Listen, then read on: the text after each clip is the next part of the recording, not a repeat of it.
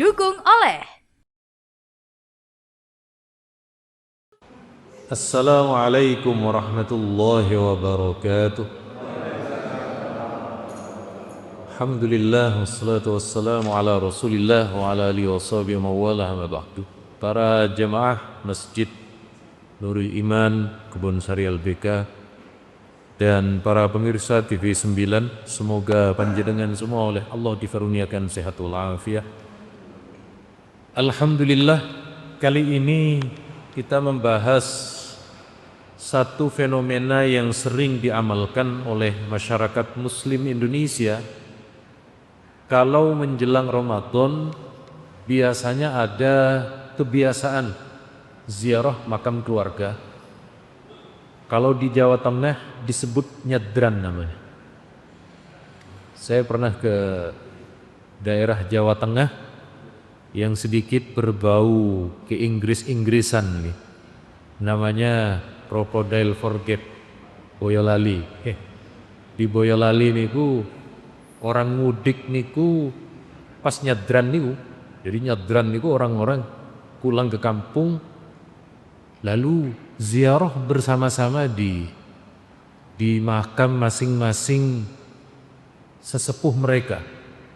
Di Surabaya juga begitu. Di Surabaya kita jumpai karena kebetulan saya pernah tinggal di Keputih. Di Surabaya yang putih cuma orangnya saja, ya bajunya maksudnya, orangnya tidak putih-putih nih Pak. Pun asli kawan nih. Menjelang 2 hari 3 hari sebelum Ramadan, makam Keputih penuh orang ziarah. Kalau di makam Keputih mungkin masih aman nih. Yang mereka sering terkejut itu di makam umum seperti di Rangka, di Pegirikan, di Jalan Tembok, di makam Tembok.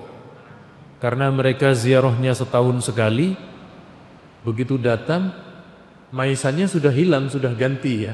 Sudah ganti dengan batu nisan yang lain. Nah, jadi sekali lagi memang niki fenomena.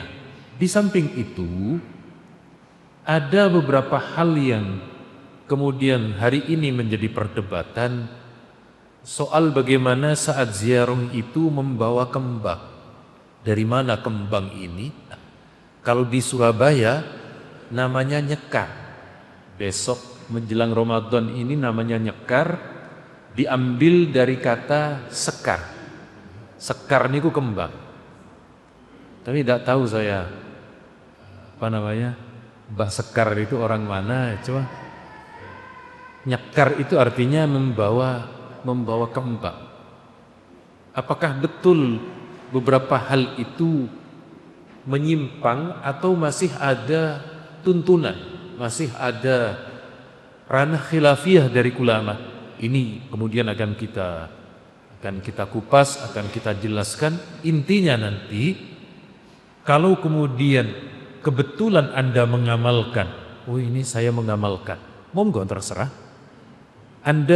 Saya tidak cocok ini tidak sesuai misalnya dengan yang saya dapat dari guru, monggo. Tetapi sekali lagi, seperti yang sering saya lakukan, kajian saya ini lebih kepada kajian penyeimbang. Kajian ibarat Anda adalah sebagai hakim, lalu ada penuntut umum. Ibaratnya saya ini saksi yang meringankan.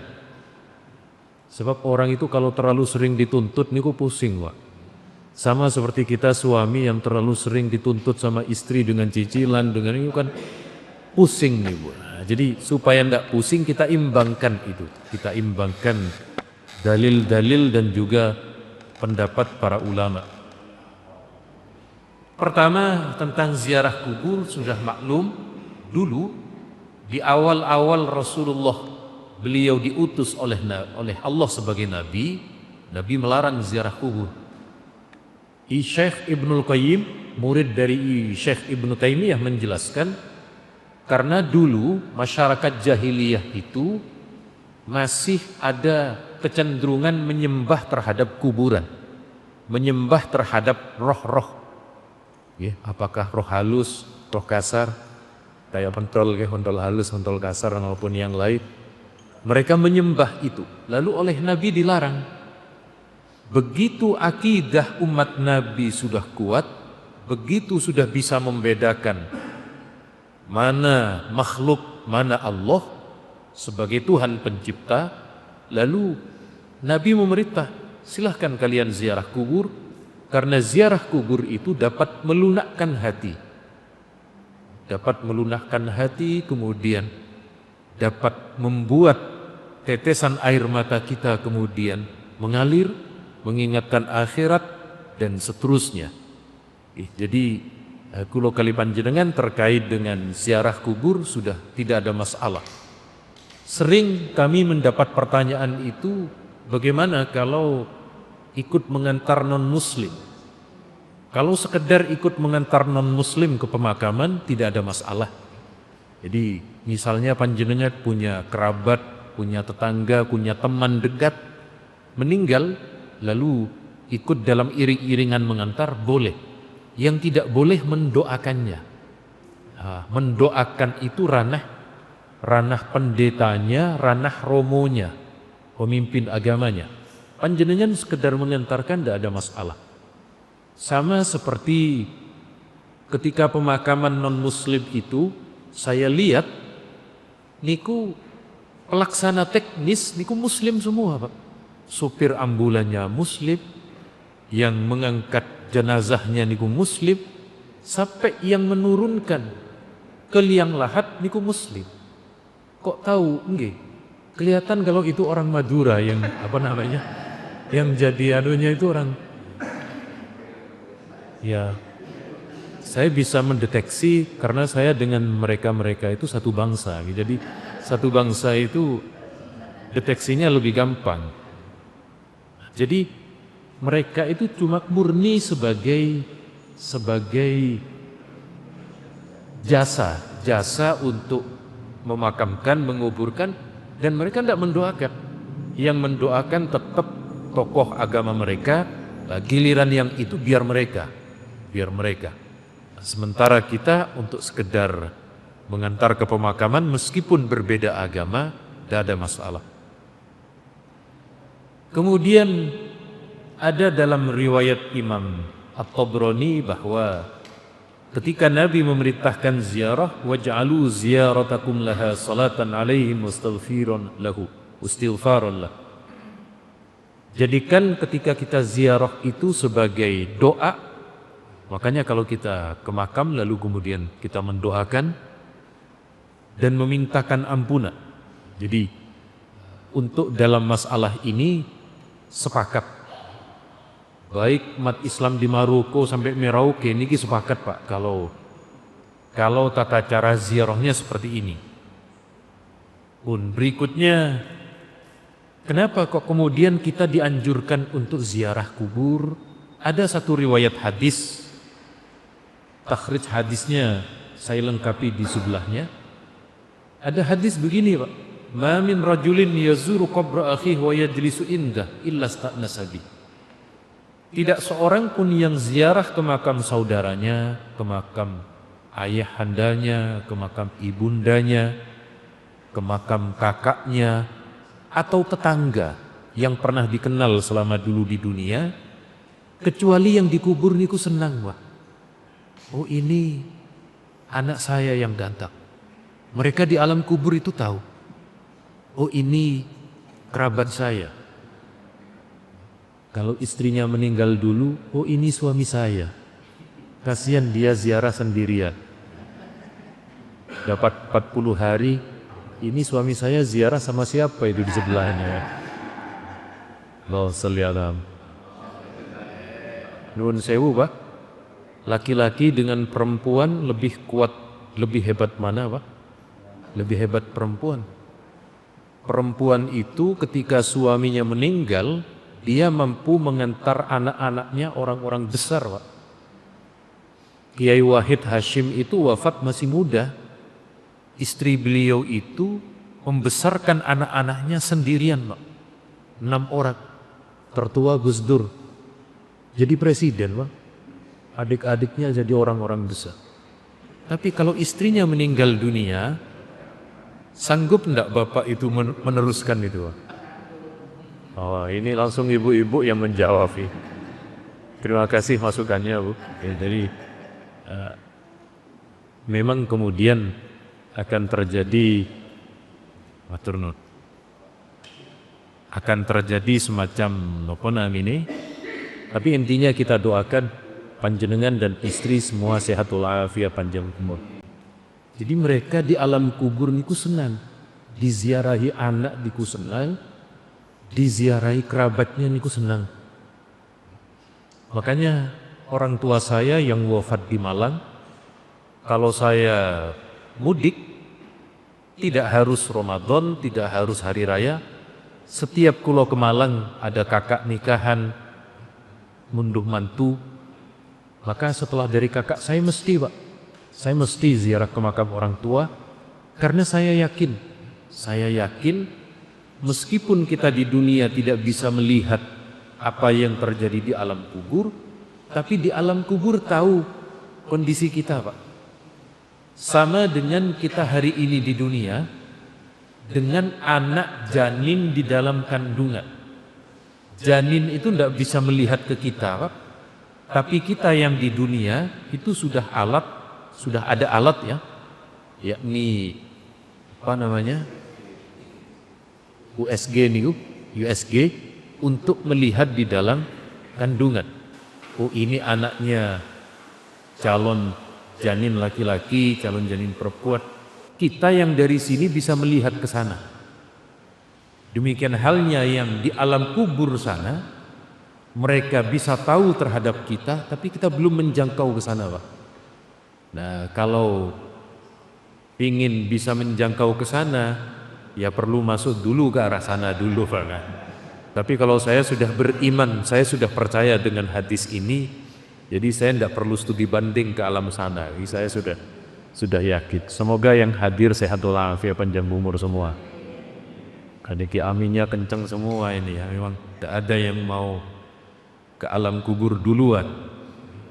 Lalu kemudian dia di alam kubur saat kita mengucapkan salam, mereka menjawab, Pak.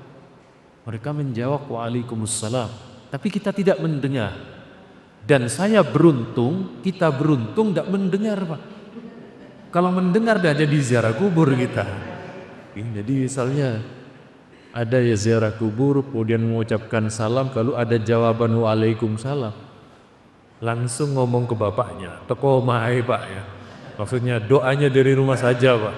Karena niku wau, kula kali panjenengan ketika dalam satu kondisi tertentu merasa lebih dekat, lalu duduk, Pak.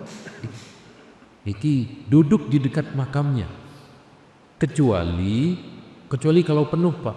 Jadi misalnya di area dekat makam orang tua kita itu penuh dengan makam, maka tidak boleh kita duduk di makam sebelahnya, tidak boleh. Khawatir yang dari dalam itu muring-muring. Laum polugo nang gini, kata yang di dalam itu kan. Jadi tidak enak kita. Jadi duduk yang sekira tidak sampai menempati makam orang lain. Niku makruh.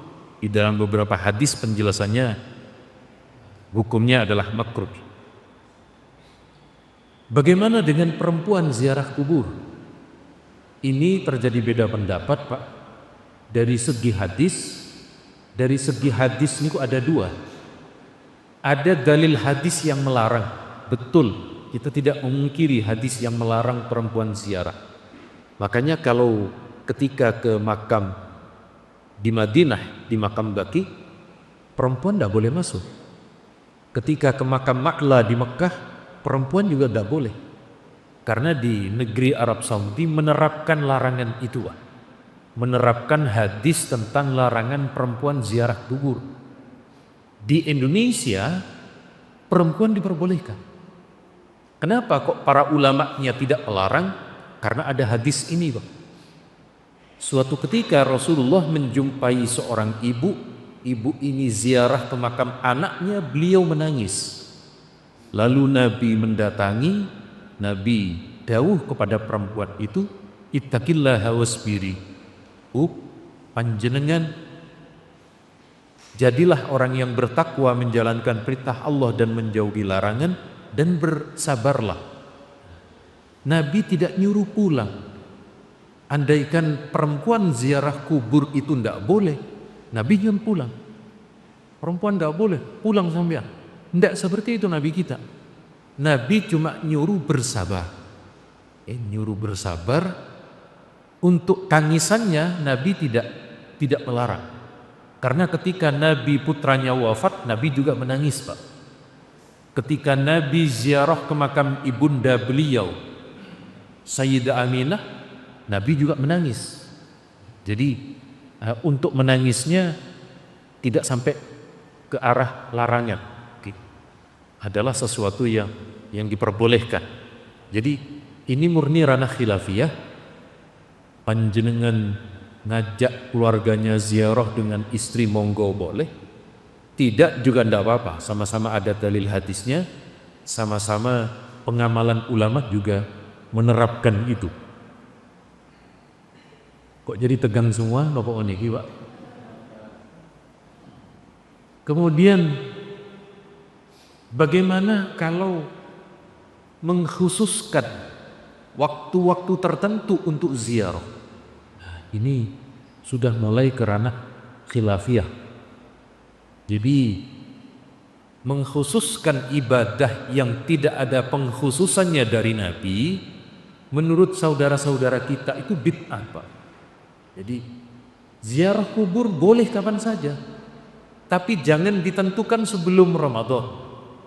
Kalau sudah masuk ranah menentukan sebelum Ramadan, itu bid'ah. Kata ikhwan kita seperti itu, Pak.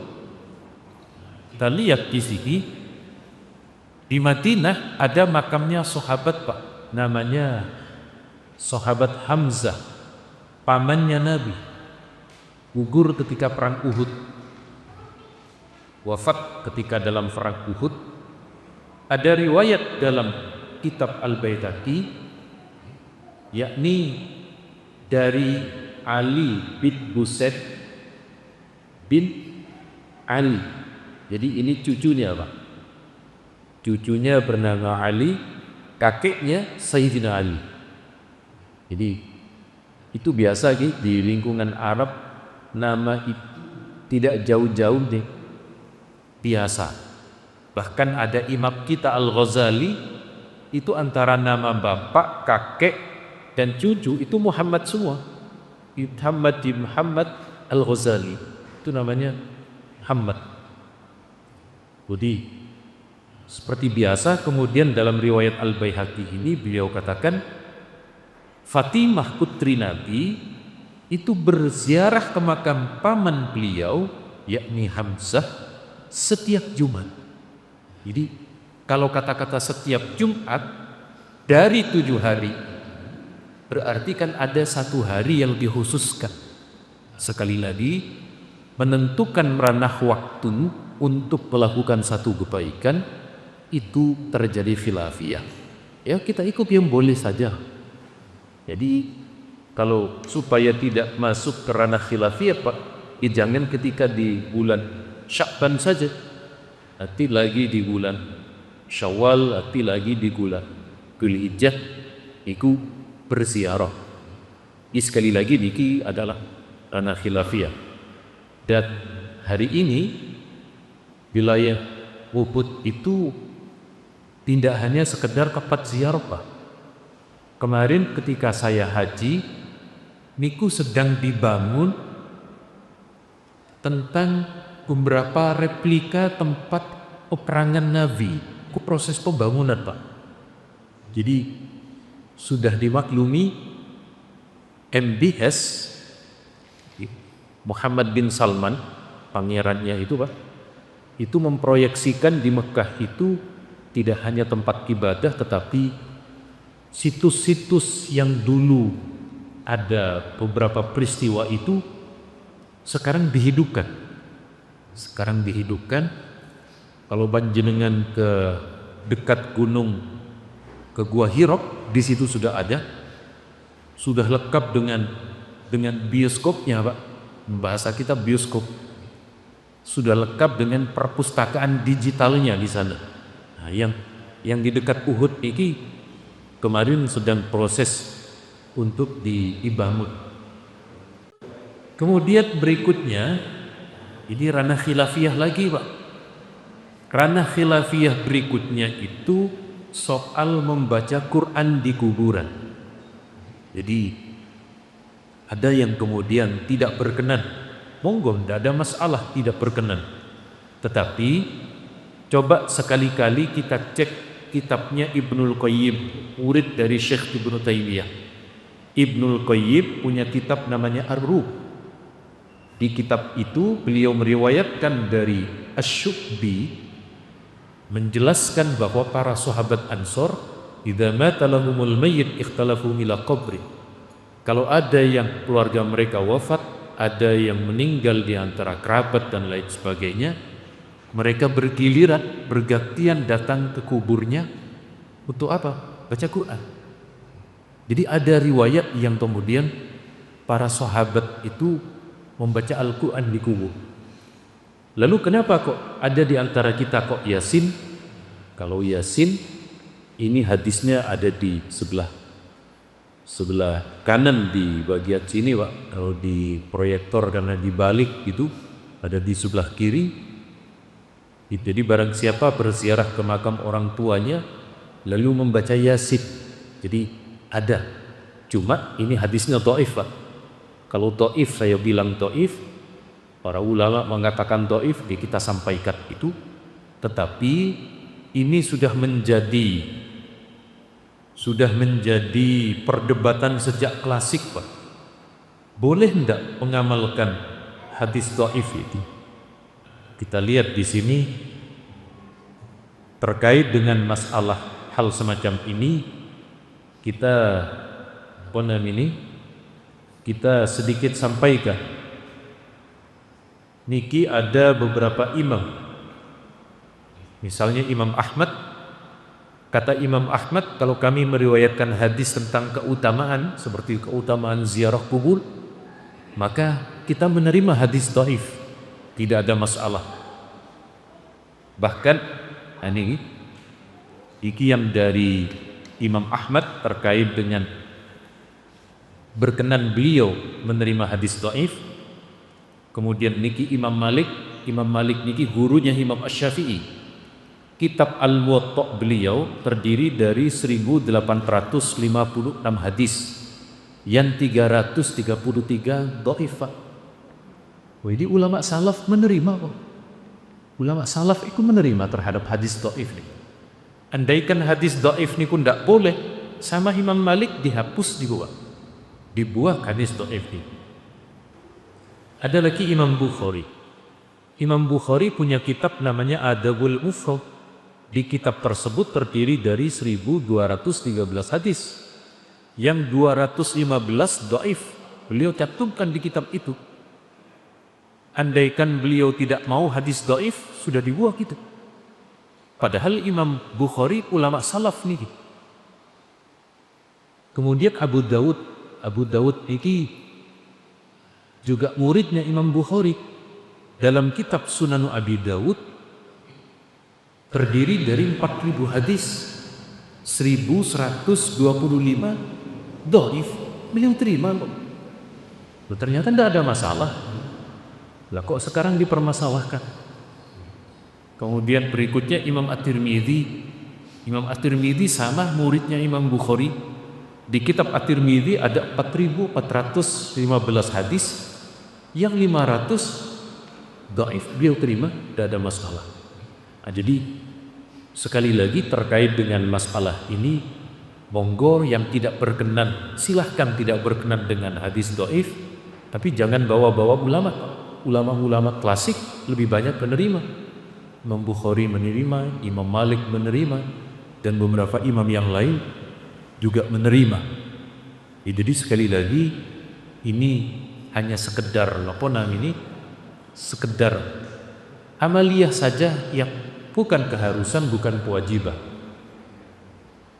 Lalu berikutnya niki yang paling ramai selalu diperdebatkan soal nyiram air, Bang. Kalau Nabi menyiram kubur putra beliau niku pernah. Jadi Nabi punya putra namanya Ibrahim. Sayyid Ibrahim ini wafat ketika kecil, salah satu putra kesayangan Nabi.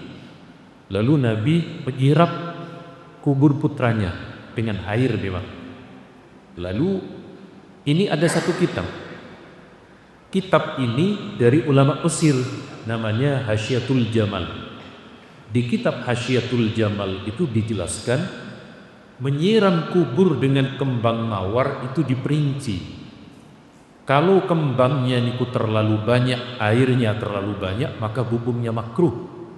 Tapi kalau sedikit, misalnya cukup air kendi atau air botol mineral yang disiramkan niku boten napa-napa. Yang makruh niku seukuran apa? Kalau sampai 3 galon, Pak.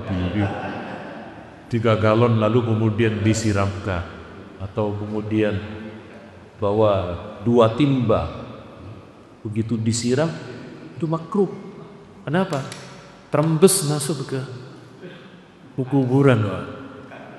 Nih. Jadi kata orang tuanya di kuburan, iki kadung menegile. Tapi kan belum ada di mahkam sekarang kan masih belum ada itu, oke? Belum ada apa namanya, ubur-ubur ikan lele kan belum ada. Cuma ya sekali lagi ya, khawatir kedinginan lah di alam sana. Intinya Pak, intinya menyiram kembang itu tidak betul.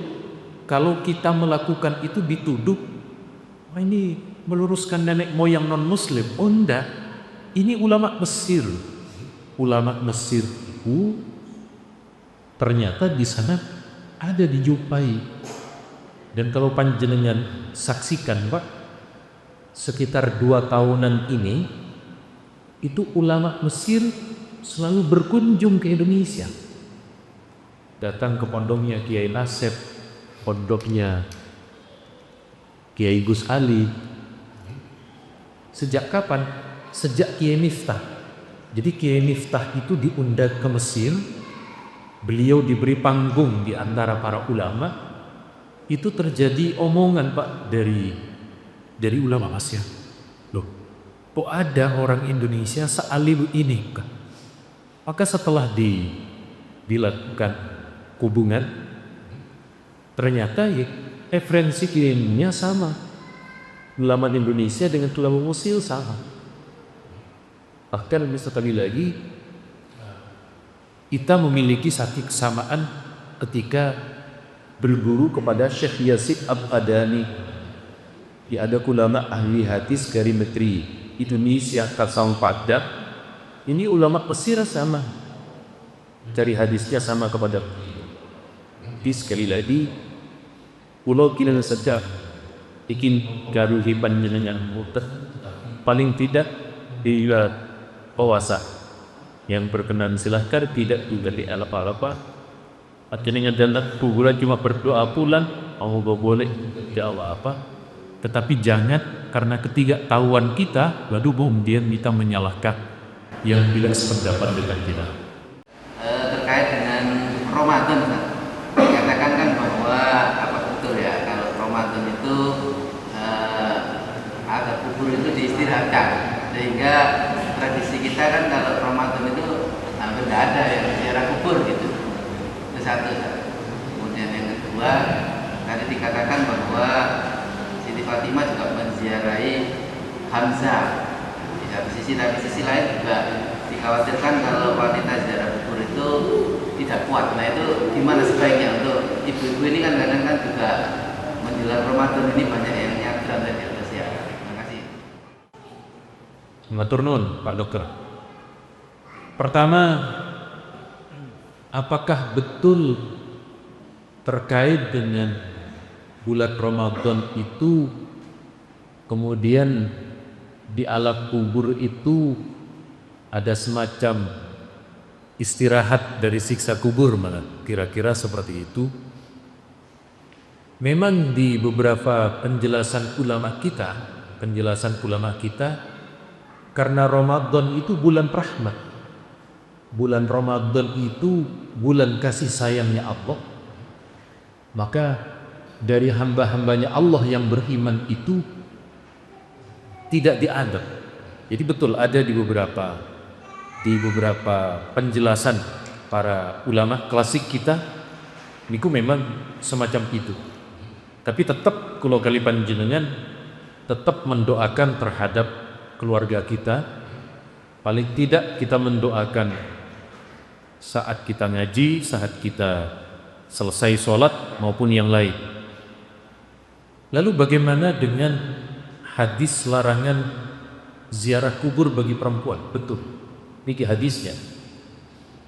Dalam hadis riwayat Imam At-Tirmidzi, Ibnu Majah, Imam Ahmad dan lain sebagainya, la'ana Rasulullah zawwara fil qubur. Nabi niku melaknat kepada perempuan yang melakukan zawwara. Redaksinya niki zawwara. Kalau kita belajar ilmu sorof, tapi bukan ilmu saraf, itu ilmu yang berbeda.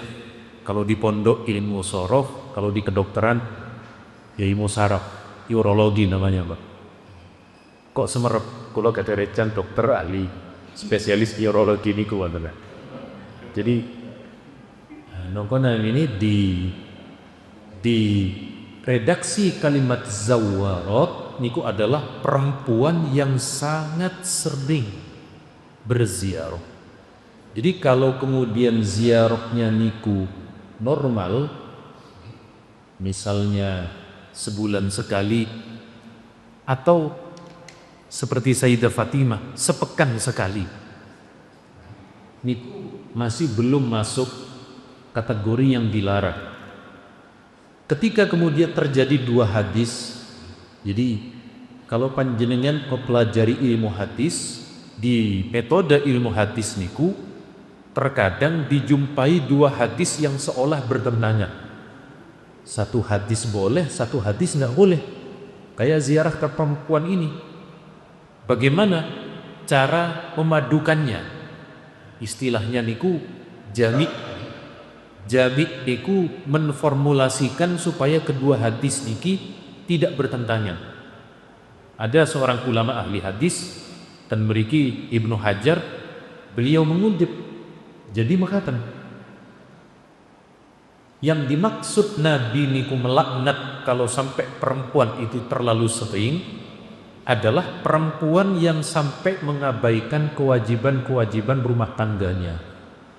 Jadi maksudnya suaminya waktunya makan ditinggal ke kuburan sama istrinya. Suaminya minta sesuatu, istrinya ke kuburan lagi. Minta sesuatu bisa dipaham kan? Jadi kan yang sering meminta-minta ini bukan suaminya. Atau niki perempuan tersebut saat ziarah kubur bersolek dan secara berlebihan, pakai emasnya niku dipakai semua, nggak begitu berjalan kericik-kericik kok tenting. Padahal pinjam punya tetangganya nih, okay? Atau juga kemudian perempuan tersebut ketika ziarah kubur histeris, ketika ke kuburan histeris, jerit-jerit, ngamuk-ngamuk, ini gue yang tidak boleh. Tapi kalau sekedar datang ziarah, paling banter niku nangis, boleh Pak, boleh. Kulo gadah mertua, dan cuma satu mertua saya, jangan dikira ya mertua yang keberapa, boten.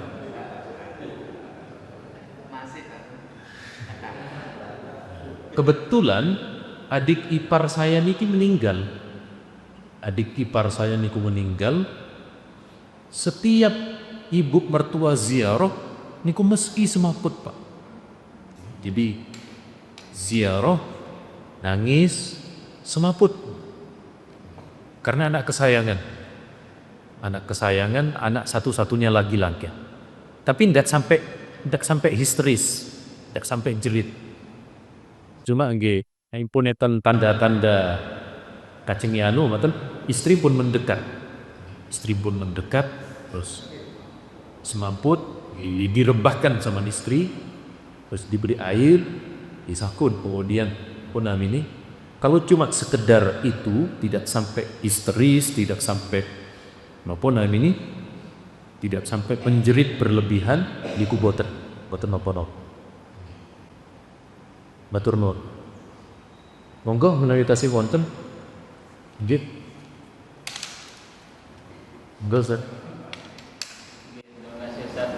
Saya ingin bertanya dengan setiap pengajian selalu mengatakan kalau kita itu dalam mengikuti sebuah hukum itu harus objektif. Jadi hukum itu para ulama banyak dan ketika dalam suatu hukum ada yang bolehkan dan enggak. Pertanyaannya bagaimana batasnya kita mengikuti sebuah hukum, apakah gimana ya? Contohnya misalnya kayak wudhu Ustaz. Wudhu kalau melakukan Syafi'i itu kan batalnya wudhu menyentuh perempuan, sedangkan menurut Imam Maliki batalnya menyentuh perempuan itu tidak termasuk batalnya wudhu gitu. Apakah itu bisa kita amalkan dalam kehidupan kita sehari-hari tanpa ada batasan-batasan? Yang kedua, pada Ramadan tahun lalu Prof. Zahra menyampaikan kalau sholat subuh di Indonesia itu lebih cepat 8 menit gitu Ustaz. Kemudian ini mau Ramadan juga mungkin mempengaruhi sahur. Kalau itu emang perbedaan ulama gitu Ustaz, dan kita boleh mengikuti salah satunya, menurut dengan gimana Ustaz? Nggih, matur nuwun. Jadi begini, lo kali panjenengan selama ranahnya itu ranah ijtihad, maka kita boleh mengikuti. Ada satu hadis Bukhari, idza hakamal hakim fajtahada fa asaba falahu ajroni. Kalau ada seorang yang alim, pandai, bijak dan bestari, yakni mujtahid, berijtihad, kalau benar dapat 2 pahala, kalau salah dapat 1 pahala. Intinya boleh. Selama ranah ijtihad itu diperbolehkan. Lalu contohnya ini adalah memegang istri misalnya. Di madhab Syafi'i itu memegang istri batal. Tetapi di madhab lain, misalnya Hanafi, tidak batal. Mereka punya dalil. Ini diantaranya bahwa Nabi pernah mencium istri beliau cipika-cipiki, cium pipi kanan, pipi kiri, atau cium kening, lalu Nabi sholat tanpa berwudu.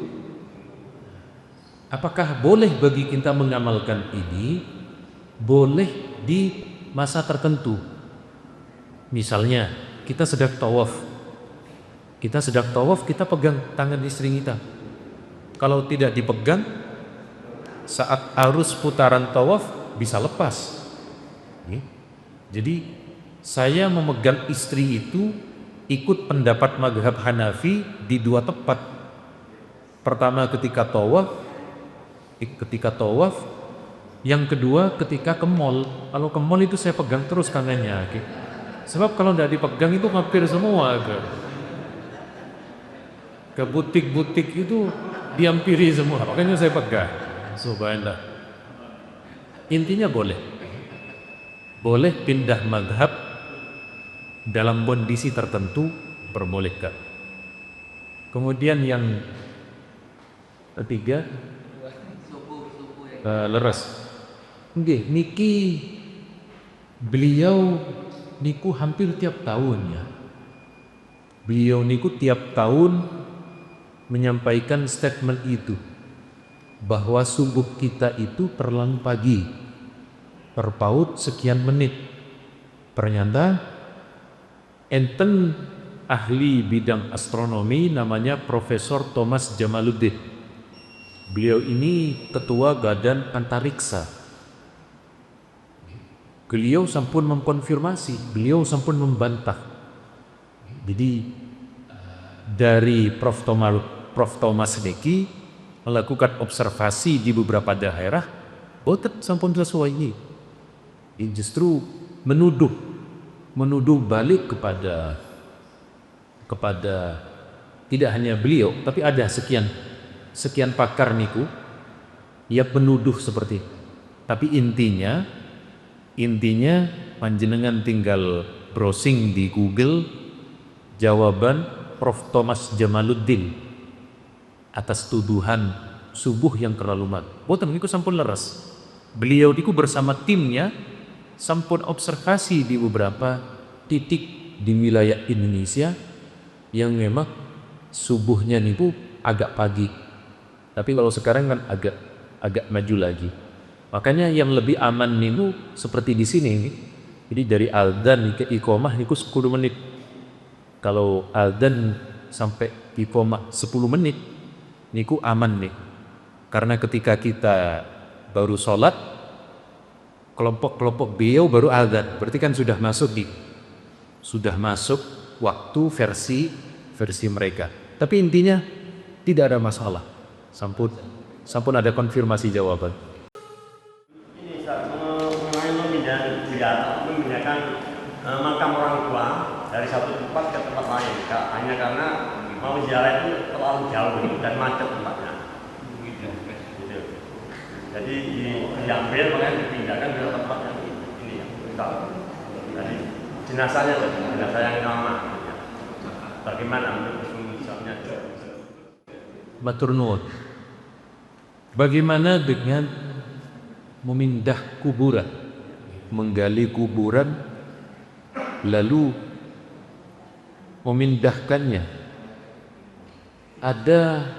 Ada beberapa yang diperbolehkan, ada yang tidak. Kula beri contoh gitu. Di Lamongan niku kan sering banjir. Di Lamongan niku ada satu kampung niku sering terjadi banjir. Kalau lagi musim banjir, mayit niku dikubur di atas gunung. Ketika nanti sampun tidak ada banjir, mayit niki digali lagi lalu dipindah ke makam kumuh. Kalau yang di Lamongan niku sudah disahkan oleh para ulama setempat karena darurat faktor tempat. Jadi ketika musim banjir niku menggali tanah niku isinya pun air nih. Pun boten saged. Kalau di Surabaya di musim hujan ketika menggali niku kan airnya sedikit wonten tapi dikuras cepet-cepetan, terus jenazahnya dimasukkan, boten diurus warna kok kelelep malin apa boten, pokoknya dikuras riyen. Kalau di Surabaya seperti itu. Di Surabaya caranya kalau yang di Lamongan boten saged dikuras, dia pun ini pun tergenang nih. Kalau yang di sana niku boleh. Kedua, karena faktor otopsi. Ada orang meninggal pun digubur, lalu kemudian enten dugaan, ini mayitnya dibunuh ya. Akhirnya pihak keluarga minta diotopsi, digali, dibuka, diperiksa, boleh.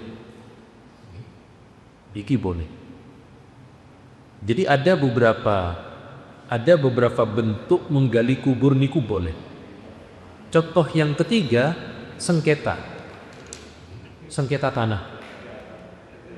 Jadi di Madura niku ada orang sudah pindah ke Surabaya, Pak. Di Madura niku ada kebiasaan mengubur makam orang tuanya di depan rumah. Karena dia di Surabaya butuh modal, rumahnya yang di Madura dijual. Laku, Pak. Ada kuburannya, pembeli tidak mau. Saya tidak mau kecuali kuburnya dipindah. Akhirnya kuburannya dipindah ke makam umum. Jadi saat itu ada, ini contoh anak durhaka, kenapa? Bapaknya dijual katanya. Padahal di kuburannya yang dijual. Nah, beberapa kasus beberapa kasus itu memang boleh untuk dipindahkan, untuk digali dan dipindah. Apakah memindah kubur untuk kemudahan ziarah kubur itu boleh? Setahu saya dalam kajian saat madhab Syafi'i berdepan, tapi madhab Maliki boya. Madhab Maliki niku jangankan untuk kemudahan ziarah, pingin dikumpulkan keluarga niku boleh. Jadi misalnya nih ada pemakaman umum, kemudian lama-kelamaan keluarga niki kumpul sebelah perigi. Bapak kuburannya di pojok. Terus pindah kumpul lagi nih. Niku madhab Maliki boleh. Karena madhab Maliki agak longgar. Tapi kalau madhab Syafi'i, kalau masih satu area Pak, niku boten parah. Karena menggali kubur niku rekoso Pak. Menggali kubur niku nopo nggih enten ketakutan, terus kalau mayitnya nanti tidak utuh, wah ini mayit macam-macam nih. Kalau saya untuk sekedar kemudahan ziarah kubur, nek kecenderungan kula derekan apa nanti ini derek mentolok untuk menggali makam orang tua. Jadi lebih baik kita datangi mawon. Tapi kalau ditanya apa ada pendapatnya, ada. Jadi niki kasusnya niku ada salah satu kiai namanya Kiai Mas Alwi. Kiai Mas Alwi itu makamnya di makam Rangkah. Niku dulu ada rencana makamnya Kiai Mas Alwi mau dipindah ke Ampel. Setelah dicari ada referensinya, ada pendapat madhabnya. Tapi ternyata sampai sekarang belum dipindah. Tetapi kalau ada ditanya apa ada penjelasannya, itu ada di dalam madhab Maliki. Saking pulau tekap semanten. Atur nuwun mugi kula kali panjenengan sedaya pinaringan sehat walafiat, saged menjalankan ibadah Ramadan dengan sebaik-baiknya. Amin Allahumma amin. Nyuwun pangapunten subhanakallahumma wa bihamdika asyhadu an la ilaha illa anta astaghfiruka wa atubu ilaik. Wassalamualaikum